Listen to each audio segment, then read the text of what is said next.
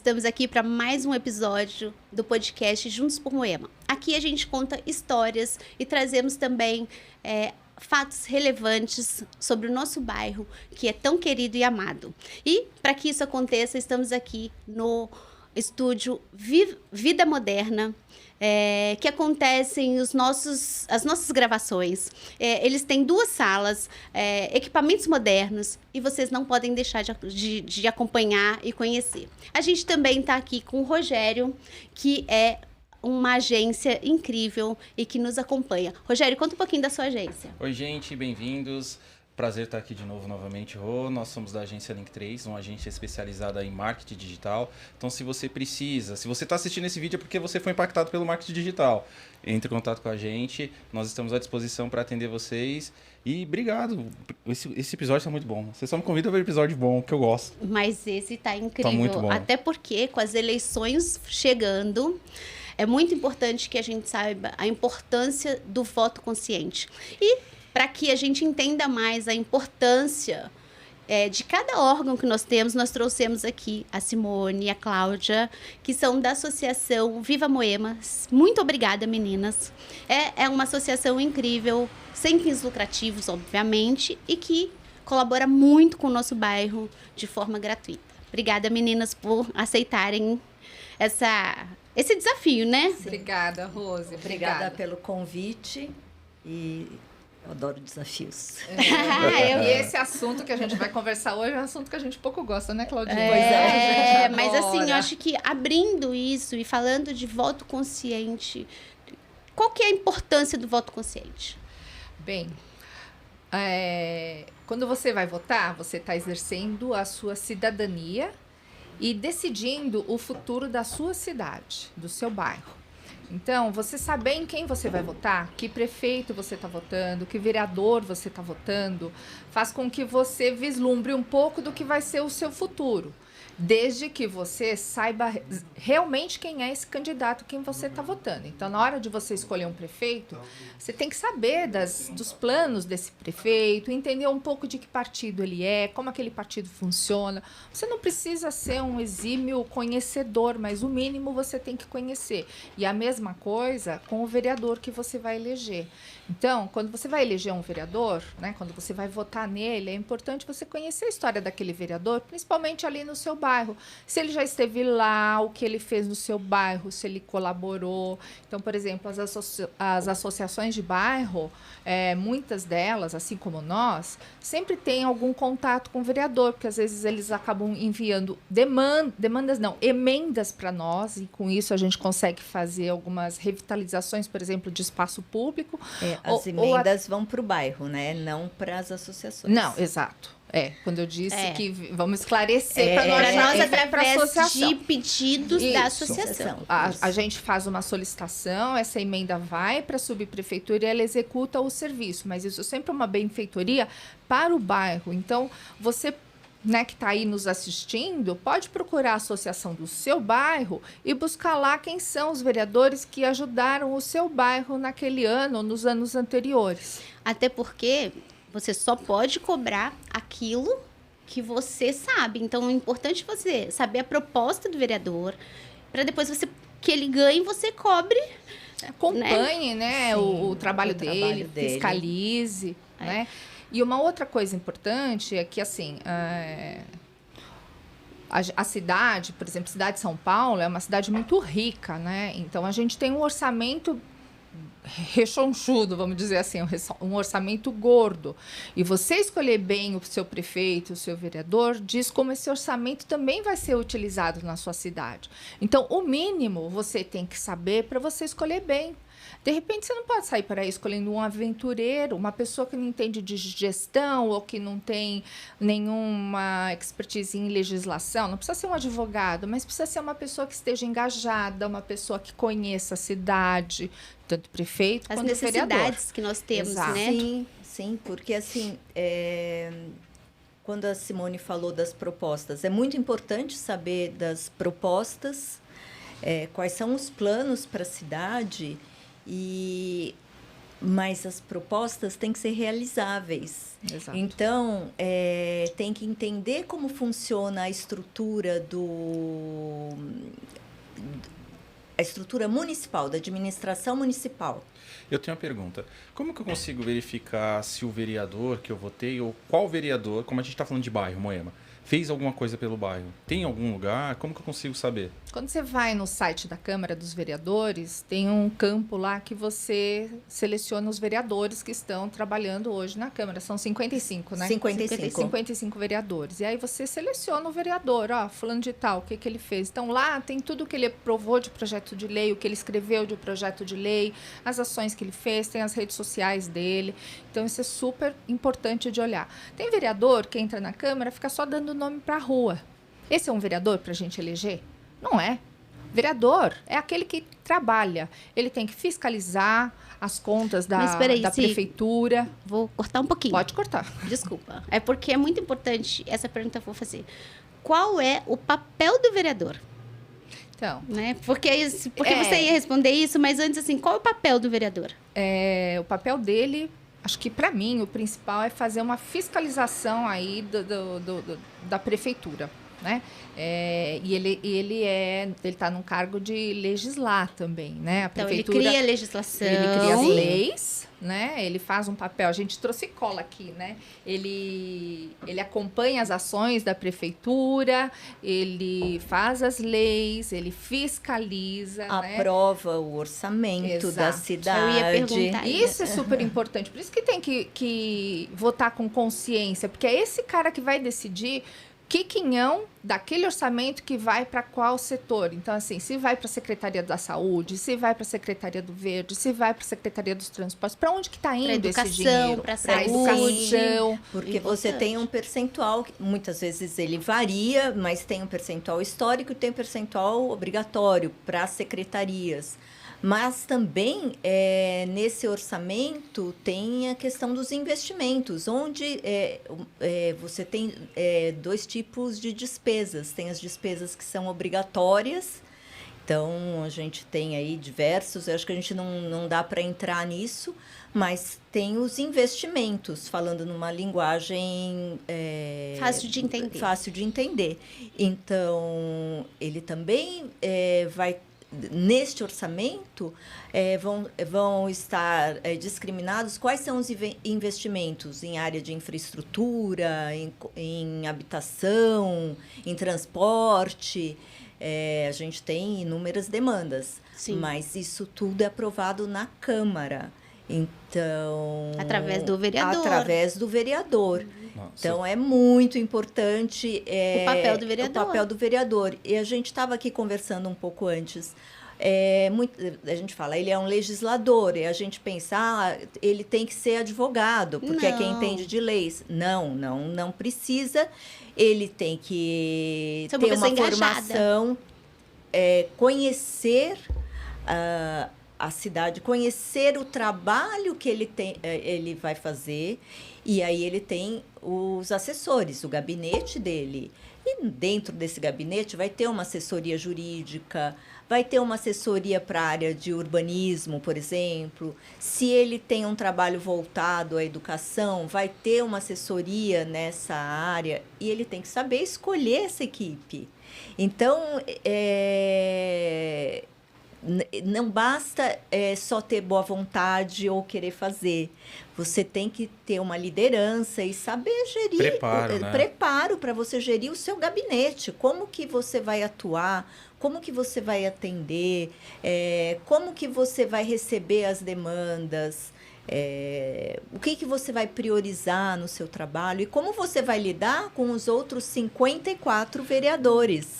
É um cargo de gestão, eu enxergo assim, né? Como Sim, se fosse claro se você que estivesse é. trabalhando numa empresa fazendo um cargo de gestão. Sim. E o que me deixa mais preocupado é que vocês me deram a lição de moral. Eu lembro que eu votei para vereador, mas eu não sei nada do que ele fez. Então, Mas por que você votou nele?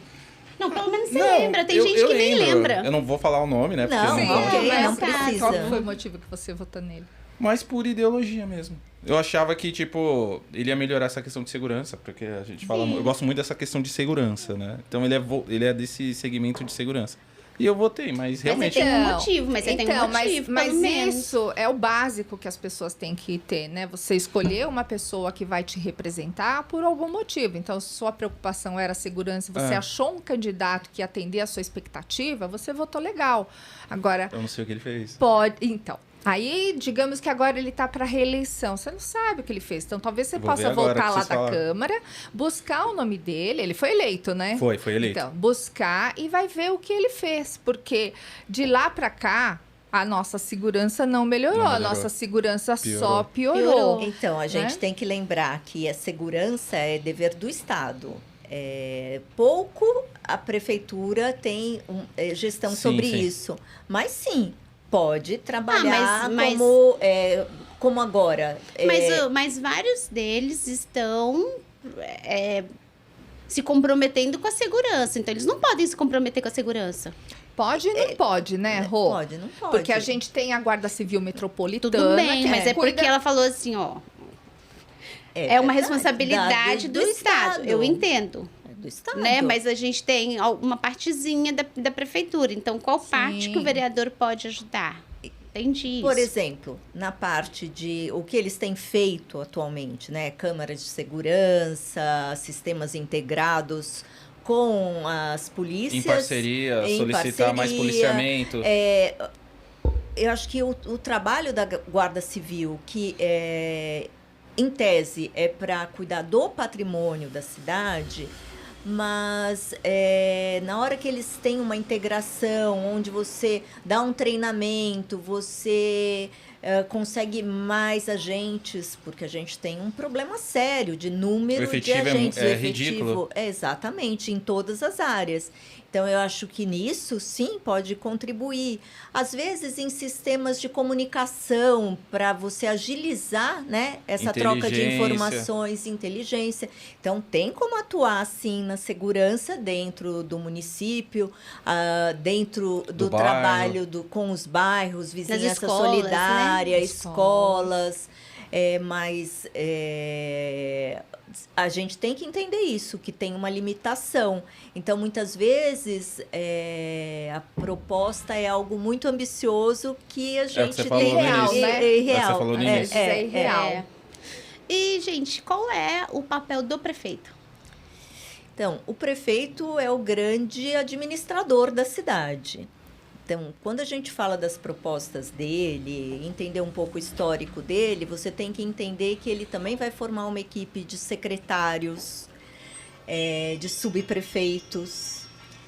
Ele vai indicar quem são os dirigentes de algumas... Secretarias. não só secretarias, mas autarquias, as empresas mistas. Então, não é somente... as secretarias, quer dizer, todos esses cargos passam pela indicação do prefeito. Ele precisa de uma equipe para poder executar o trabalho. Qual é o papel dele? Ele, logo que ele é eleito, em até 90 dias depois de eleito, ele tem que apresentar um plano de metas. O que ele pretende fazer nos próximos 4 anos. Após eleito. Após eleito. E no que se baseia esse plano de metas? Nas propostas Não, eu ia falar.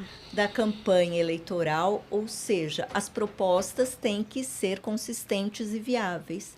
E no plano diretor estratégico da cidade. Quer dizer, não pode sair fazendo o que ele bem entende. Existe um plano Um diretor diretor que que ele- organiza esse crescimento da cidade, E né? ele está aprovado, vigente até o final de 2029. Então, este prefeito não vai ter a chance nem de revisão Do plano do diretor. plano diretor.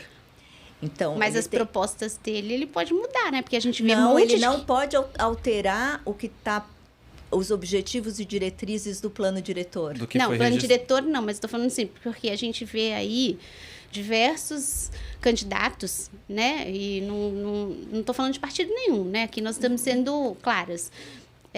Que prometem coisas que você vai falar, ele não vai cumprir nunca isso, porque, a não ser que o cara fique 50 anos lá, né? E talvez ele consiga. Então é uma proposta irreal, que não vai se sustentar, não para em pé. Agora, só para entender, agora nesse período eles registram as propostas no TSE Sim. e essas propostas têm que estar adequadas com o plano diretor vigente. Sim, alinhado. ninguém vai olhar para as propostas e vai falar, olha, não vai dar certo isso.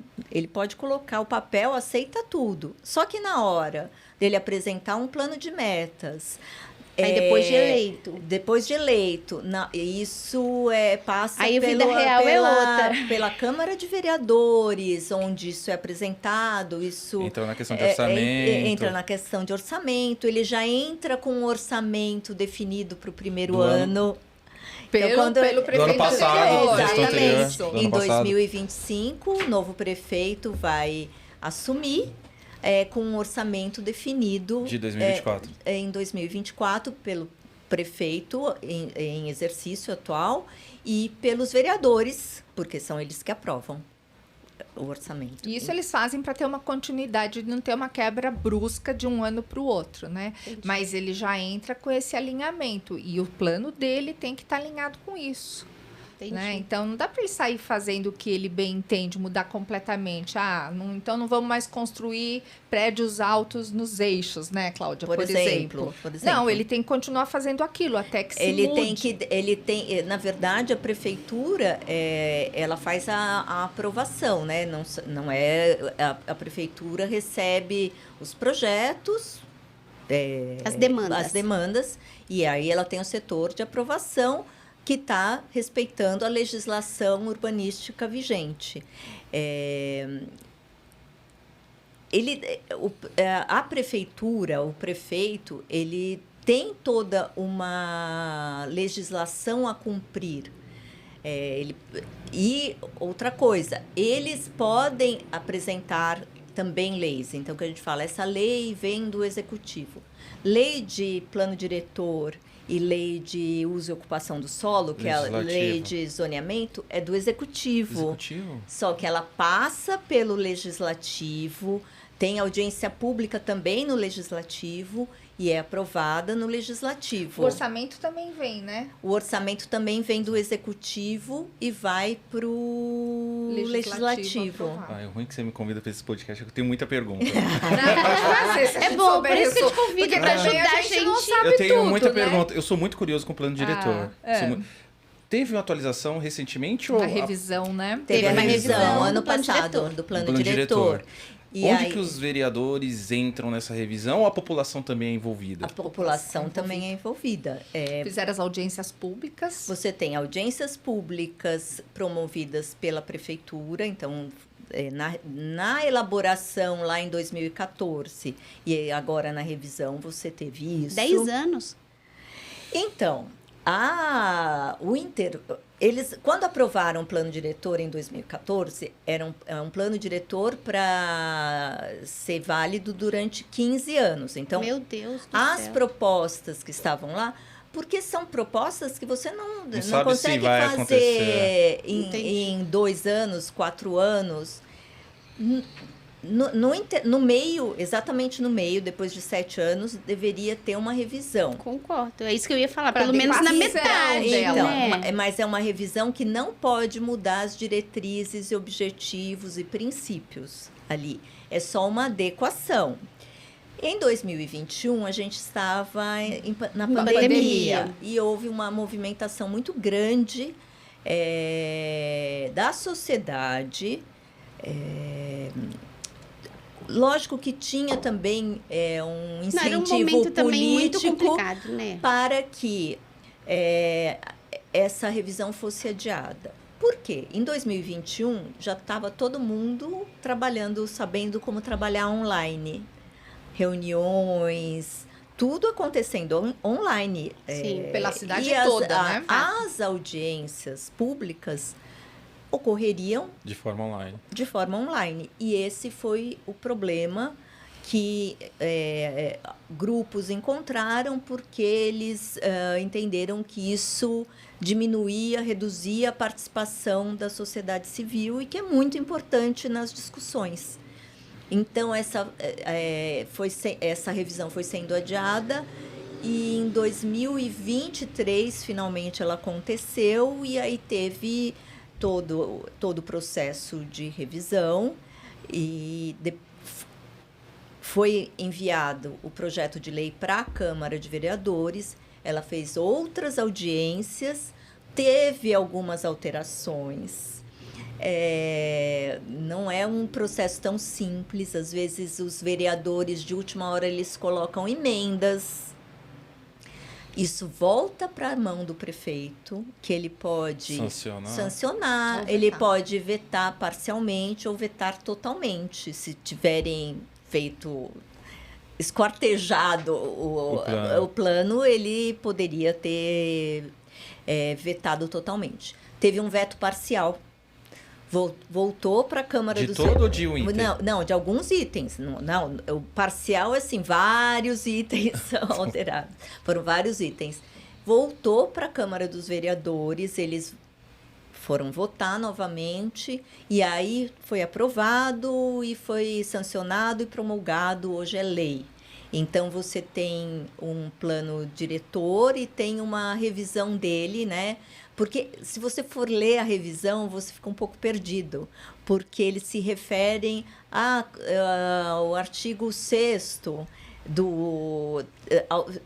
passa a ser redigido de tal maneira, mas aí os anteriores não está escrito, então você tem que trabalhar com dois documentos, não é algo muito simples. Eu lembro que quando lançaram o plano diretor, fizeram um vídeo de como São Paulo ficaria. Eu falei, nossa, isso não é São Paulo.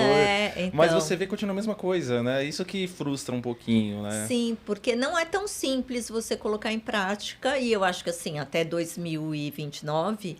a gente ainda não vai ver exatamente todo o resultado. O Rio Pinheiros, eles colocaram no plano, colocaram mais árvores. Mas o que acontece com tudo, né? Não é tão simples você executar um orçamento ou propostas para a cidade. Porque você vai fazer uma obra. Ela vai passar pelo Tribunal de Contas, o Tribunal de Contas pode fazer perguntas, pode suspender aquele processo licitatório. Às vezes tem muitas coisas. Que ficam paradas por anos. Às vezes os vereadores que aprovaram não estão mais lá, entra uma outra ideologia. Sim, querem mudar. Então, acho que a gente pode falar um pouquinho daqui da Praça Juca Mulato, né? Pode. A gente tem nesse plano aí a questão toda da drenagem do bairro. Então, fazendo um recorte do que aconteceu aqui no bairro, só para falar um pouquinho do Tribunal de Contas. Tá. O reservatório ia ser feito ali onde é o Tribunal de Contas, e por algum motivo o Tribunal de Contas falou que ali não era o espaço ideal, não autorizou aquela conta ali, enfim, não sei como é que foi o ajuste entre eles, então eles jogaram para a praça que tinha do lado, que é a Praça Juca Mulato. Então, ali perto do viaduto do 11 de junho, que a gente sabe que ali alaga muito, né? Eles tiraram todas as árvores, né? Tá lá um buraco ali onde é a Praça Juca Mulato, que não é mais praça. Não é praça, né? E aí o projeto estava dentro do Tribunal de Contas. O que aconteceu? O prefeito teve que fazer um distrato daquilo que tinha sido contratado para fazer no Tribunal de Contas, porque aquele projeto não cabia ali onde tem a praça. Então, ele fez um distrato e fez um novo contrato. Na verdade, o distrato ainda estava rolando enquanto ele estava querendo fazer um novo contrato. Isso entrou lá no Tribunal de Contas, que segurou. Estava parado até pouco tempo atrás. Então, assim, quanto tempo a gente está com a Praça Juca Mulato? Um buraco aberto. Com um buraco e sem as coisas acontecerem. A drenagem toda parada. Até agora, dizem que está na boca do forno para acontecer. Mas você percebe como a coisa é enrolada? Então, assim, ele olhou...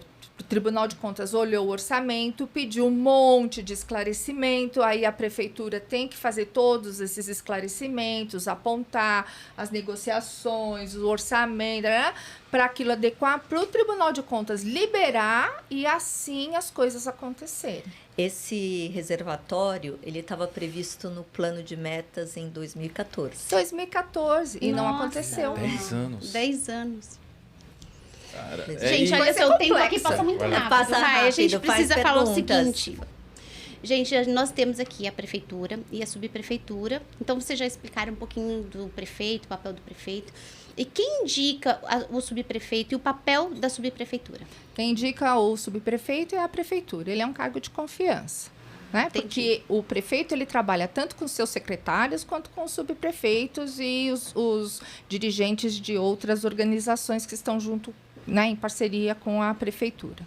Eu acho importante, né, porque a cidade é muito grande, é difícil de administrar, então ter as subs é importante. E qual que é o papel do sub? O sub cuida daquela região onde ele está lotado. Então, por exemplo, Vila Mariana, ele cuida de 3 distritos, que é Saúde, Vila Mariana e Moema. Por exemplo, Moema não é só o bairro de Moema. É Moema, Jardim Lusitânia, Vila Nova Conceição, um pedaço do Planalto Paulista. Aqui o Jardim Novo Mundo, é assim, né, que chama, que é aqui no finalzinho do bairro de Moema. Então, ele cuida principalmente das questões de zeladoria. Antigamente, a gente conseguia fazer um pedido de zeladoria direto no 156, já entrava direto na subprefeitura e o serviço ia rapidamente, ele acontecia. Agora, ele passa pela secretaria da subprefeitura e depois ele vem para a subprefeitura. Então, existe uma centralização. Existe uma centralização disso lá na secretaria. Eu acho isso muito ruim, porque quem está perto da gente é o subprefeito.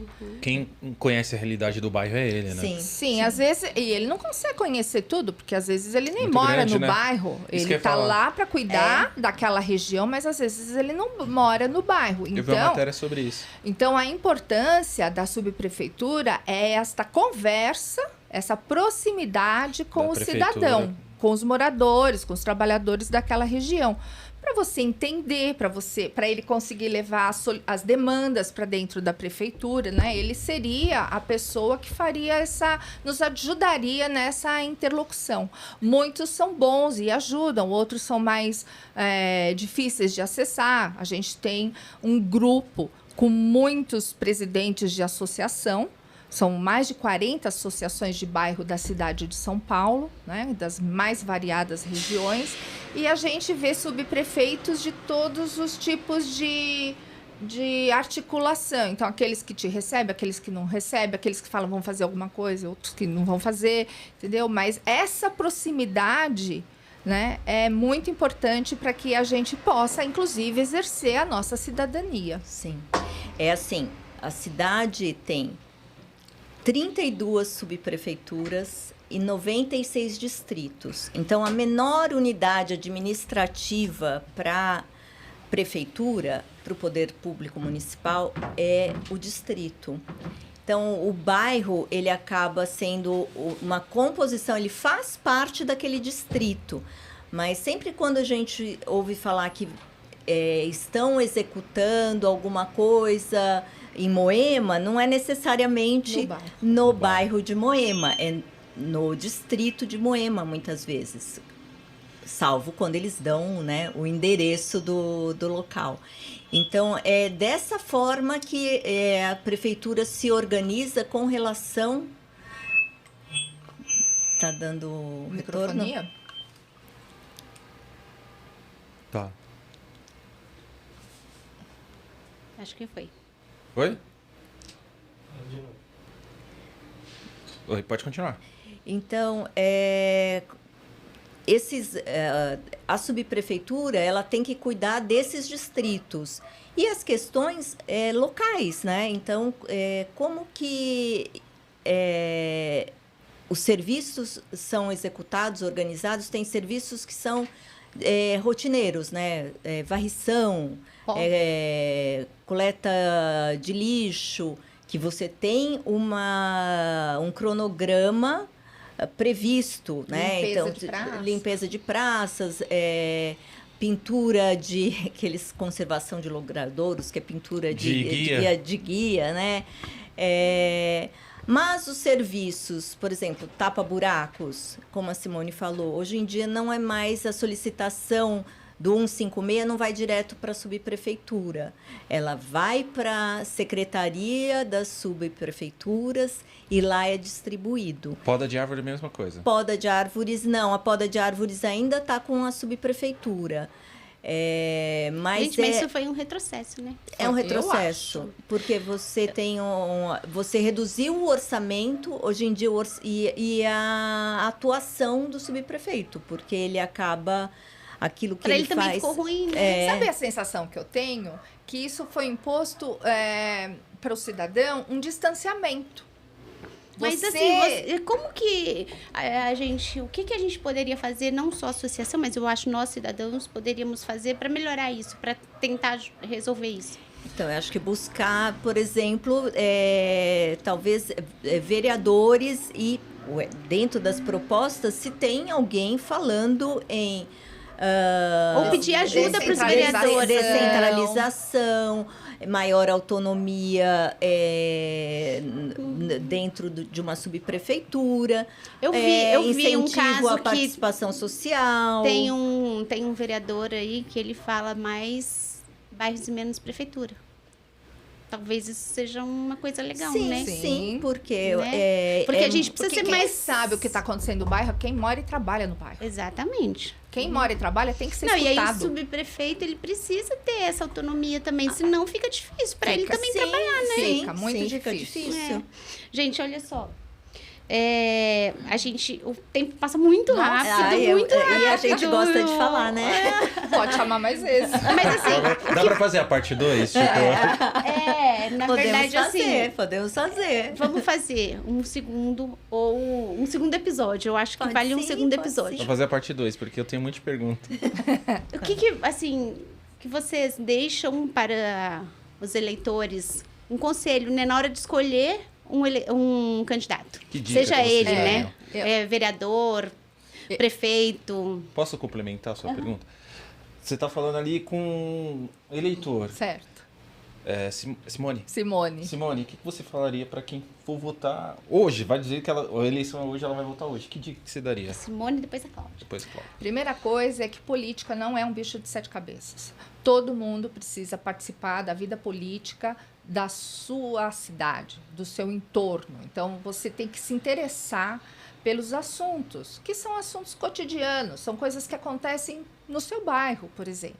Então, a primeira coisa é você saber o que está acontecendo no seu entorno. A segunda coisa é que na hora que você vai escolher o seu candidato, saiba qual é o plano dele, qual é o compromisso que ele tem com a cidade. Se ele já fez alguma coisa pela cidade ou pelo seu bairro, se ele é uma pessoa alinhada com os teus ideais, porque são essas pessoas que decidem o orçamento da cidade e aquilo que vai acontecer na nossa vida. Nada acontece sem passar pela Câmara e pela Prefeitura. Então, a nossa vida está totalmente vinculada ao que eles decidem. Nós vamos deixar eles decidirem sozinhos ou nós vamos participar?